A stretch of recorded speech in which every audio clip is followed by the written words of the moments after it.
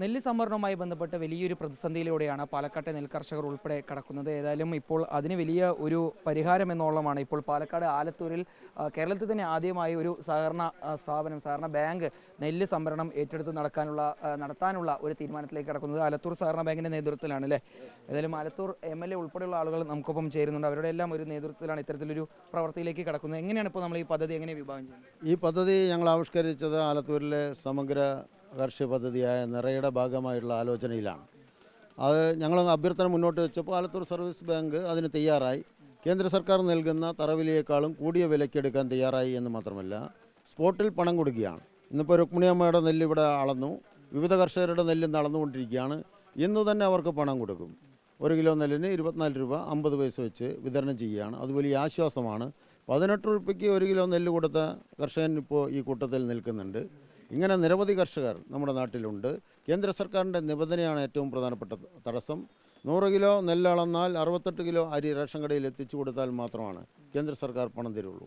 അത് കൊടുക്കാൻ കഴിയില്ല പ്രായോഗികമായി എന്ന് കേരളത്തിലെ മില്ലുകാർ പറഞ്ഞു.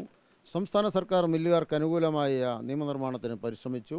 64.5 കൊടുത്താൽ മതി എന്ന നിലപാടെടുത്തു. പക്ഷേ ഹൈക്കോടതി അത് സ്റ്റേ ചെയ്തു. ഈ സാങ്കേതിക പ്രശ്നം മറികടക്കാൻ സാവകാശം വേണം എന്ന് സംസ്ഥാന സർക്കാർ മില്ലുകാരോട് അപേക്ഷിച്ചുകൊണ്ടിരിക്കുകയാണ്. മില്ലുകാർ പക്ഷേ ഈ കരാറിൽ ഒപ്പിട്ടിട്ടില്ല.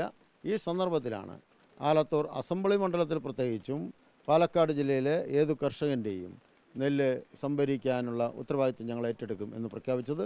ആലത്തൂർ സർവീസ് സഹകരണ ബാങ്ക് ഏറ്റവും മാതൃകാപരമായ കർഷക സമീപനമാണ് എടുത്തിട്ടുള്ളത് എന്ന് ഈ സന്ദർഭത്തിൽ അടുത്ത് തന്നെ ചെന്ന് ഈ നെല്ല് സംഭരിക്കുക എന്നുള്ളൊരു തീരുമാനം അവരുടെ വീടുകളിൽ ചെന്ന് നെല്ല് സംഭരിക്കും. വാഹനം പോവാൻ സൗകര്യമുണ്ടാവണം എന്ന് മാത്രമേ നിബന്ധനയുള്ളൂ. സപ്ലൈക്കോയ്ക്ക് കൊടുക്കുന്ന നെല്ലിൻ്റെ അളവ്, മോയ്സ്ചർ കണ്ടൻ്റ് എല്ലാം ഇതിനും ബാധകമാണ്. പക്ഷേ പണം സ്പോട്ടിൽ കൊടുക്കും, അവരുടെ വീട്ടിൽ ചെന്ന് കൊടുക്കും. ഇപ്പോൾ സ്വകാര്യ മില്ലുകാർ നെല്ല് വാങ്ങുന്നത് അവരുടെ മില്ലിലേക്ക് കർഷകൻ കൊണ്ടു കൊടുക്കണം എന്ന നിബന്ധനയാണ്. അവർ അവിടെ ചെല്ലുമ്പോൾ പറയുന്ന വിലയാണ് അന്നത്തെ വില.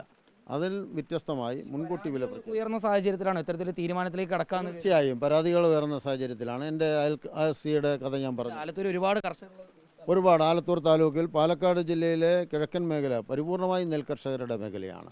ചിറ്റൂർ, ആലത്തൂർ താലൂക്കും പാലക്കാട് താലൂക്കും. അതുകൂടി പരിഗണിച്ച് അവരുടെ അനുഭവം കേട്ട് സഹിക്ക് വയ്യാതെയാണ് ഈ പദ്ധതി ആവിഷ്കരിക്കാൻ ഞങ്ങൾ തയ്യാറായത്. 18 രൂപയ്ക്ക് മില്ലിന് കൊടുത്തത്? അതെ, ഞാൻ തന്നെ കൊടുത്തത്. എനിക്ക് കൃഷി പറഞ്ഞു കഴിഞ്ഞാൽ 2.5 കൃഷിയാണുള്ളത്. അതിൽ നിന്ന് ഈ കാലവർഷത്തിൻ്റെ വ്യതിയാനം കാരണം എനിക്ക് നേടാൻ കഴിഞ്ഞത് 310 കിലോ നെല്ലാണ്. അത് 700 രൂപ ഓട്ടോ വാടക കൊടുത്ത് പാലക്കാട് കൊണ്ട് കൊടുത്തിട്ട് വന്നപ്പോൾ എനിക്ക് കിട്ടിയത് 5580 രൂപയാണ്. പക്ഷേ മൊത്തം ചിലവ് നോക്കുമ്പോൾ 6550 രൂപയുണ്ട്. മൊത്തം പറയുമ്പോൾ 970 രൂപ എനിക്ക് നഷ്ടം. പക്ഷേ ഞാനൊരു നിർമ്മാണ തൊഴിലാളി ആയതുകൊണ്ട് ജീവിച്ചു പോകണമെന്ന് മാത്രം. നെല്ലിൽ നിന്ന് ആശ്രയിച്ച് ജീവിക്കുകയാണെങ്കിൽ ഞാൻ പണ്ടേ ആത്മഹത്യ ചെയ്തു. ഇനി ഇത്തരത്തിലൊരു ബുദ്ധിമുട്ടുണ്ടാവില്ല. അതിപ്പോൾ സന്തോഷമായി. കാരണം വിറ്റുപോയ നെല്ലും ആത്മഹത്യ ചെയ്ത കർഷകന് തിരിച്ചെടുക്കാൻ കഴിയില്ലല്ലോ. അപ്പോൾ ഇപ്പോൾ ഒരു ആശ്വാസമുണ്ട്. ഇനി കൃഷി ചെയ്യാനുള്ള ഒരു പ്രചോദനം. ഇനി ആത്മഹത്യ ചെയ്യാൻ തുനിയുന്ന കർഷകർക്കും ഇതൊരു മാതൃകയാകട്ടെ എന്നൊരു, ആരെങ്കിലും ആത്മഹത്യ ചെയ്യാൻ ആഗ്രഹമുണ്ടെങ്കിൽ നെല്ല് ഇവിടെ വന്ന് കൊടുത്തിട്ട് പൊയ്ക്കോട്ടെ. എനിക്കിതേ പറയാനുള്ളൂ. കാരണം ഇനിയുള്ള കർഷകരെങ്കിലും ആത്മഹത്യ ചെയ്യാതിരിക്കട്ടെ. പറഞ്ഞു കഴിഞ്ഞാൽ അവിടെ പോയി എടുത്തോട്ടെ. എനിക്ക് എൻ്റെ ജീവിതം തിരിച്ചു കിട്ടിയെന്ന് എനിക്ക് ഇപ്പോൾ പറയാൻ പറ്റുള്ളൂ. നെല്ല് എവിടെ കൊടുക്കുന്നൊരു ഭയത്തിൽ നിൽക്കായിരുന്നല്ലേ? ഇപ്പോൾ ഇത് എടുക്കണമെന്ന് പറഞ്ഞപ്പോൾ വളരെ സന്തോഷമാണ്. ഞങ്ങൾ 1 മാസമായി കഷ്ടപ്പെട്ടിട്ട് ഉണക്കിയിട്ട് മഴ ആയിട്ട് നല്ല ബുദ്ധിമുട്ടായിരുന്നു. ഇന്നത് എടുക്കണമെന്ന് പറഞ്ഞപ്പോൾ വളരെ സന്തോഷമുണ്ട്. വീട്ടിൽ വന്നിട്ട് തന്നെ നെല്ലെടുത്തിട്ട് പോകുന്ന പറയുന്നത് ബാങ്ക് പറഞ്ഞിട്ടുണ്ട്. ഇന്നിപ്പോൾ എടുക്കണമെന്ന് പറഞ്ഞപ്പോൾ വളരെ സന്തോഷമായി കഴിക്കുകയാണ് ഞങ്ങൾ. നിറ എന്ന് പറയുന്ന ഒരു പദ്ധതിയുടെ ഭാഗമായിട്ടല്ലേ? പ്രത്യേകിച്ച് നിറ പദ്ധതിയുടെ ഉപദേശ സമിതിയുടെ ചെയർമാനാണ് എൻ്റെ സുഹൃത്തു കൂടിയായ PK മോഹനൻ. അദ്ദേഹം മികച്ച സഹകാരി കൂടിയാണ്. അദ്ദേഹമാണ് കർഷകരെ ഈ ബാങ്കുമായി ബന്ധപ്പെടുത്തിക്കൊണ്ടിരിക്കുന്നത്. ബാങ്കിലെ എല്ലാ ബ്രാഞ്ചുകളും ഈ കർഷകരുടെ അപേക്ഷ സ്വീകരിക്കും. ഇനി ബ്രാഞ്ചൊന്നും പോകണ്ട, അവർക്കാർക്കും ഇത്തരത്തിലുള്ള നിറ പദ്ധതിയുടെ പ്രവർത്തകരെയും മോഹനെ ബന്ധപ്പെട്ടാൽ അവർ നെല്ലെടുക്കാൻ സന്നദ്ധരാണ് എന്ന് ബാങ്ക് പ്രസിഡന്റ് എൻ്റെ അടുത്ത് നിൽക്കുന്നുണ്ട്, രാജേട്ടൻ.